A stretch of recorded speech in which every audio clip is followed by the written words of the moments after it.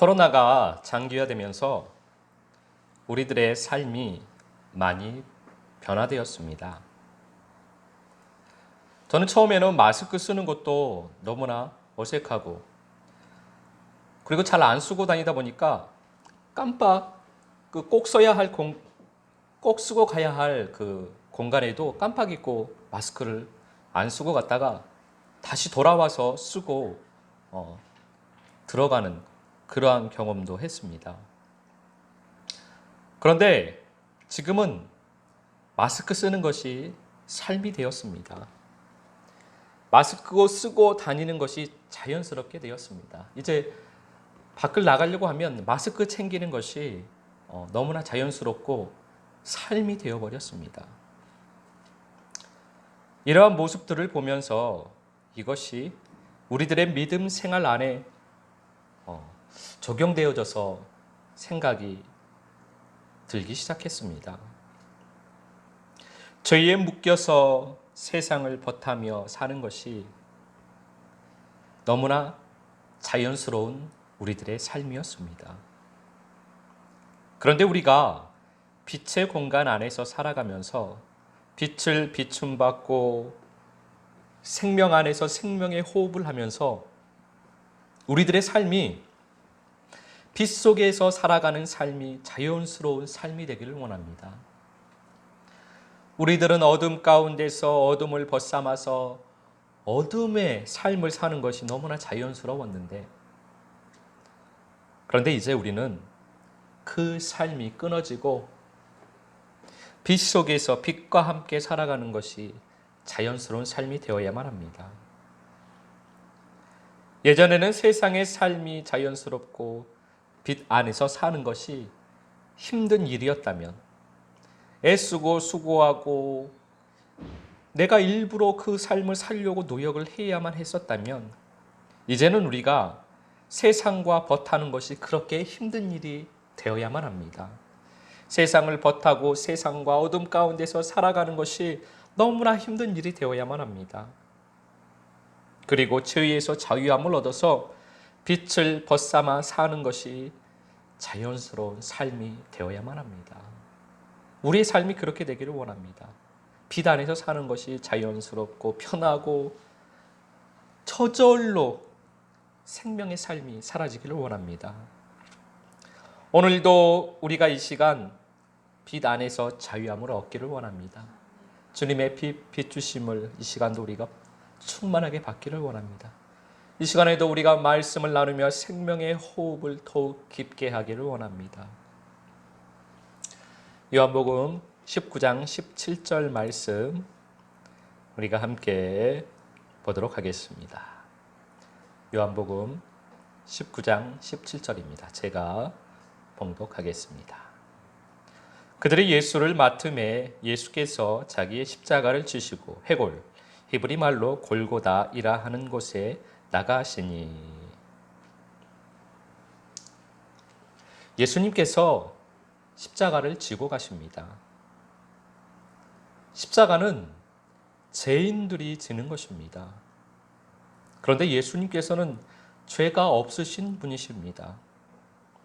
죄가 없으신 예수님께서 십자가를 지고 가십니다. 죄 있는 사람이 지어야 할 십자가를 왜 예수님께서 지고 가실까요? 그 이유가 도대체 무엇일까요? 우리는 잘 알고 있습니다. 성경에서 말씀하시는 것처럼 우리들의 죄를 대신해서 우리들의 죄를 사하시기 위해서 예수님께서 십자가를 지셨습니다. 그래서 십자가의 은혜, 대속의 은혜를 믿는 사람에게는 구원의 은혜를 주시는 것입니다. 우리는 그 십자가의 은혜, 대속의 은혜를 믿습니다. 그리하여 예수 그리스도의 그 사랑 안에 들어온 줄로 믿습니다. 예수님께서는 죄인인 우리들을 대신해서 죄인이 되셨습니다. 죄 없으신 분이 십자가를 지고 가십니다.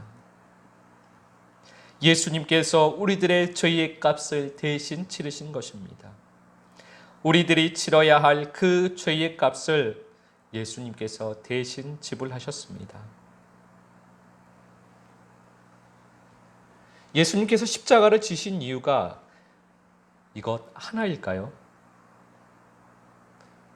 예수님께서 십자가를 지신 이유가 또 다른 의미는 없을까요? 예수님의 삶은 아버지의 사랑을 나타내 주는 삶입니다. 예수님의 삶은 아버지의 말씀을 보여주는 삶입니다. 예수님께서 십자가를 지고 십자가에 달리신 그 삶 또한 아버지의 사랑을 나타내 보여주시고 아버지의 말씀을 우리에게 보여주시는 것입니다. 우리는 예수 그리스도의 모든 삶에서 아버지의 사랑을 보아야만 합니다. 우리는 예수 그리스도의 모든 삶에서 아버지의 말씀을 보아야만 합니다. 십자가에 달리신 예수 그리스도, 그 예수 그리스도의 삶을 통하여서 아버지의 사랑을 보기를 원합니다. 그 예수 그리스도의 삶을 통하여서 아버지의 말씀을 우리가 듣기를 원합니다. 요한일서 4장 10절 말씀입니다. 요한일서 4장 10절 말씀 제가 봉독하겠습니다. 사랑은 여기 있으니 우리가 하나님을 사랑한 것이 아니요 하나님이 우리를 사랑하사 우리 죄를 속하기 위하여 화목 제물로 그 아들을 보내셨음이라. 예수 그리스도께서는 화목 제물로 우리에게 오셨습니다. 예수 그리스도께서 아버지의 사랑이십니다. 아버지의 사랑은 예수 그리스도이십니다. 예수 그리스도께서 아버지의 사랑을 우리에게 보이셨습니다. 예수 그리스도는 화목 제물로 오셨습니다. 우리에게 화목 제물로 예수 그리스도는 오셨습니다. 예수 그리스도께서는 아버지의 말씀을 순종하는 분이셨습니다. 예수 그리스도께서 아버지의 말씀에 순종하는 것은 화목 제물이 되는 것입니다. 예수 그리스도께서 아버지의 말씀에 순종하는 것이 십자가입니다. 화목 제물이 되는 것이 예수 그리스도의 십자가인 것입니다. 누가복음 14장 27절 말씀 우리가 함께 보겠습니다. 누가복음 14장 27절입니다. 제가 봉독하겠습니다. 누구든지 자기 십자가를 지고 나를 따르지 않는 자도 능히 내 제자가 되지 못하리라. 예수 그리스도를 따르는 자가 예수 그리스도의 제자가 될 수 있습니다. 예수 그리스도를 따르려면 자기 십자가를 지고 가야만 합니다. 자기 십자가를 지는 자만이 예수 그리스도를 따를 수 있습니다. 여러분들은 자기 십자가를 지고 예수 그리스도를 따라가고 계십니까? 자기 십자가를 지고 예수 그리스도를 따르는 자만이 예수 그리스도의 제자가 될 수 있습니다. 여러분들은 예수 그리스도의 제자이십니까? 여러분들은 여러분들의 자기의 십자가를 지고 예수 그리스도를 따라가고 계십니까? 누가복음 18장 22절 말씀 우리가 함께 보겠습니다.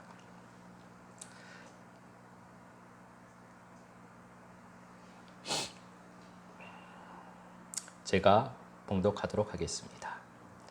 예수께서 이 말을 들으시고 이르시되 내게 아직도 한 가지 부족한 것이 있으니 내게 있는 것을 다 팔아 가난한 자들에게 나눠주라.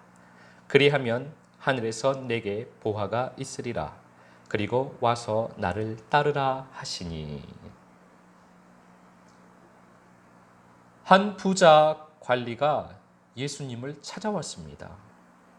그리고 그가 예수님께 묻습니다. 선생님, 제가 무엇을 행해야 영생을 얻을 수 있습니까? 예수님께서 대답하십니다. 내가 계명을 알지 않느냐?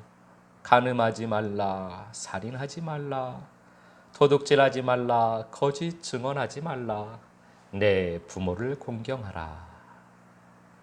그 말을 들은 관리가 대답합니다. 선생님, 그것은 제가 어렸을 때부터 다 지켜온 것입니다. 그러자 예수님께서 그에게 말씀하십니다. 내게 부족한 것이 하나 있다. 내 소유를 다 팔아 가난한 자들에게 나눠주고 나를 따르라. 이 말씀을 들은 관리는 근심을 하며 집으로 돌아갑니다. 부자 관리는 자기 십자가를 지지 못했습니다. 마태복음 4장 19절 20절 말씀 함께 보겠습니다.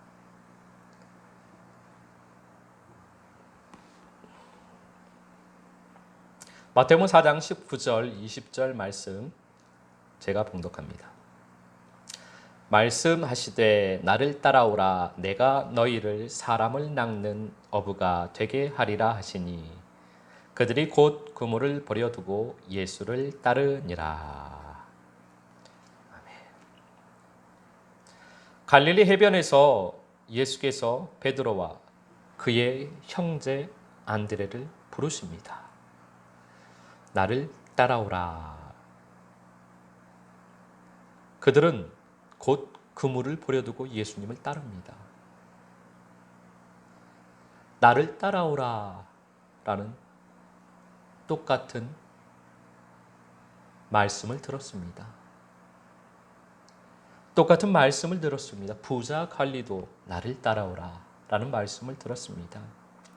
베드로와 그의 형제 안드레도 나를 따라오라 라고 말씀을 들었습니다. 그런데 부자 관리는 근심을 하며 집으로 돌아갑니다. 그런데 베드로와 그의 형제 안드레는 곧 바로 예수님의 말씀을 듣고 그 말씀을 듣고 나서 바로 곧 그물을 버려두고 예수님을 따릅니다. 자기 십자가를 지고 예수님을 따릅니다. 마태복음 4장 22절 말씀입니다. 마태복음 4장 22절 말씀 제가 봉독합니다. 그들이 곧 배와 아버지를 버려두고 예수를 따르니라. 베드로와 그의 형제 안드레를 부르시고 조금 더 나아가시다가 세베대의 아들 야고보와 그의 형제 요한을 부르십니다. 나를 따라오라. 그러자 그들이 곧 배와 아버지를 버려두고 예수님을 따릅니다. 예수님의 말씀을 듣고 나를 따라오라 라는 예수님의 말씀을 듣고 야고보와 그의 형제 요한은 곧 배와 자기 아버지를 버려두고 예수님을 따릅니다. 그들이 자기 십자가를 지고 예수님을 따릅니다. 자기 십자가를 지고 예수 그리스도를 따르는 자가 하늘나라에 합당한 사람입니다.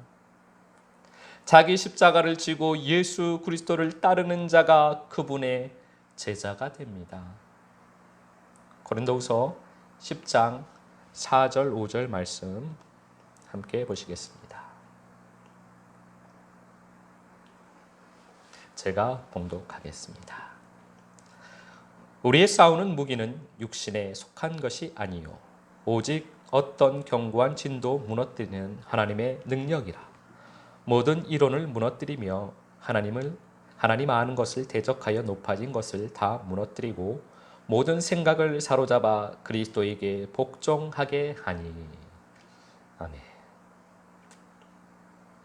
가나안이 정복되려면 여리고 성이 무너져야만 합니다.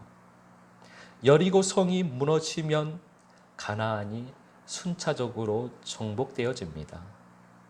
견고한 성, 절대로 무너지지 않을 것 같은 견고한 성, 여리고 성이 무너져야만 합니다. 마음의 가나안을 이루려면, 마음의 천국을 이루려면, 마음의 천국을 이루고 이 땅에 저도 천국을 살려면 우리 마음의 견고한 성, 여리고 성이 무너져야만 합니다.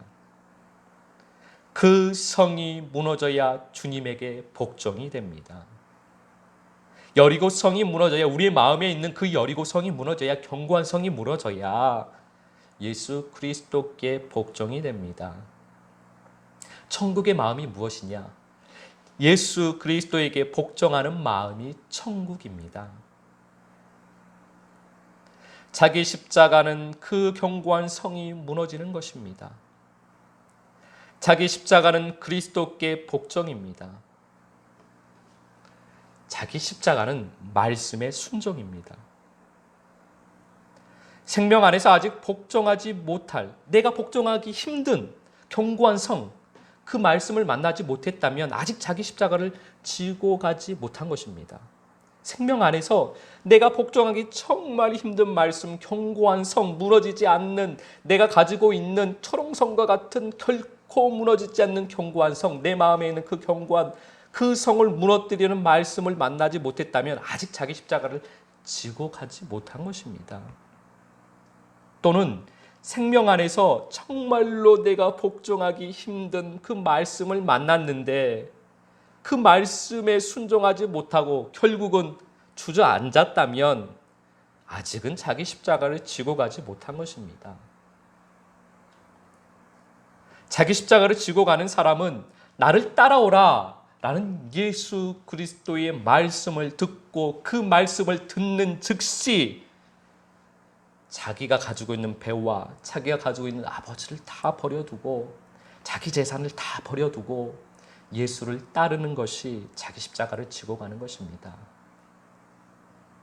나를 따라오라라는 예수님의 말씀은 모두가 다 다를 것입니다. 모두가 다 삶에 적용할 때는 다 다를 것입니다. 그러나 내가 정말로 복종하기 힘든 말씀입니다. 내 모든 것을 다 내려놔야 될 것 같은 말씀입니다. 그 말씀에 복종이 되어져야만 합니다. 그러면 자기 십자가를 지고 가기 시작하는 것입니다. 자기 십자가를 지고 가기 시작하면 이제서야 생명의 길을 걸어가기 시작한 것입니다. 자기 십자가를 지고 가는 자가 생명의 길을 걷는 자입니다. 자기 십자가를 지고 가면 결국은 그 십자가에서 내가 죽게 됩니다. 온전한 생명을 살게 되는 것입니다. 아직 자기 십자가를, 그 복종의 말씀을 만나지 못했다면 만나게 되시기를 예수 그리스도 이름으로 축복합니다. 그것이 복입니다, 우리에게. 또는 그 말씀을 만났는데 주저앉았다면 다시 일어나 그 십자가를 지고 예수 그리스도를 따르게 되시기를 예수 그리스도의 이름으로 축복합니다. 한 주간도 자기 십자가를 지시고 생명의 길을 걸어가는 이번 한 주간이 되시기를 예수 그리스도 이름으로 축복합니다.